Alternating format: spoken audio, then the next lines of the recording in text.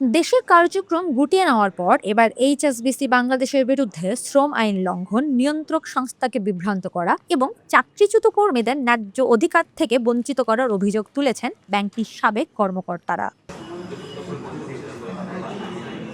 রাজধানীতে আয়োজিত এক সংবাদ সম্মেলনে তারা এসব অভিযোগ তুলে ধরে দ্রুত তদন্ত ও আইনগত ব্যবস্থা নেওয়ার দাবি জানায়।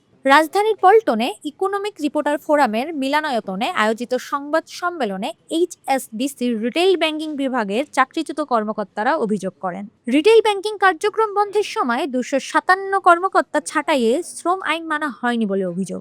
আমরা সেই 257 জন কর্মকর্তা যাদের 2026 সালের 31শে মার্চ রিটেল ব্যাংকিং বন্ধ করার নামে এক কলমের খোঁচায় কর্মহীন করে দেওয়া হয়েছে। অনেকে 15, 20 এমনকি 25 বছর ধরে এই ব্যাংক গড়ে তোলার প্রতি ইটের সঙ্গে জড়িত ছিলাম।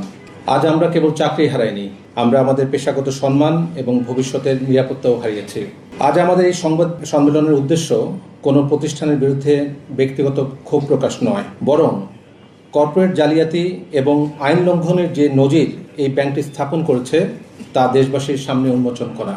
সংবাদ সম্মেলনে লিখিত বক্তব্য পাঠ করেন আলমগীর কবির। এ সময় উপস্থিত ছিলেন মোস্তাফিজুর রহমান, মনসুর মোর্শেদ, সুবুক্তগিন মাহমুদ, আবু রায়হান এবং ভুক্তভোগী কর্মকর্তাদের আইনজীবী মোকাররাম হোসেন সাকলাইন। কর্মকর্তাদের দাবি, বাংলাদেশ ব্যাংকের কাছে তাদের ছাঁটাইকৃত কর্মকর্তা হিসেবে উপস্থাপন করা হলেও বাস্তবে তাদের হাতে দেওয়া হয়েছে সাধারণ চাকরিচ্যুতি চিঠি। এতে তারা ছাঁটাই সংক্রান্ত আইনগত সুবিধা ও ন্যায্য ক্ষতিপূরণ থেকে বঞ্চিত হয়েছেন।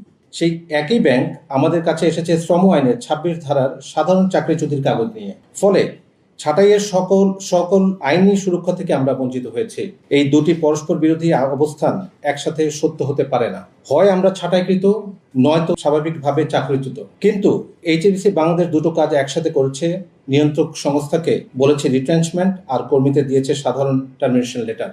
সংবাদ সম্মেলনে ভুক্তভোগী কর্মকর্তাদের আইনজীবী মোকাররাম হোসেন সাকলাইন অভিযোগ করেন, বাংলাদেশ ব্যাংককে বিভ্রান্ত করে এইচএসবিসি তাদের শাখা কার্যক্রম বন্ধ করেছে। এইচএসবিসি বাংলাদেশের বিরুদ্ধে যখন আমরা ক্ষুব্ধ হলাম তখন আমরা কিন্তু মামলা করলাম, ওনাদের পক্ষে আমরা মামলা করলাম। মামলা করার পরে ওনারা আদালতে এসে বললেন যে ওনাদের এই চাকরিটা ছাঁটাই না, এই চাকরিটা হচ্ছে ওনারা স্বেচ্ছায় এই চাকরি থেকে চলে গেছে। তো বেসিক্যালি এইচএসবিসি বাংলাদেশ কেন্দ্রীয় ব্যাংকের সাথে একটা বিশাল প্রতারণার কাজ করে আজকে তাদের এই ব্রাঞ্চগুলোকে বন্ধ করে দিয়েছে।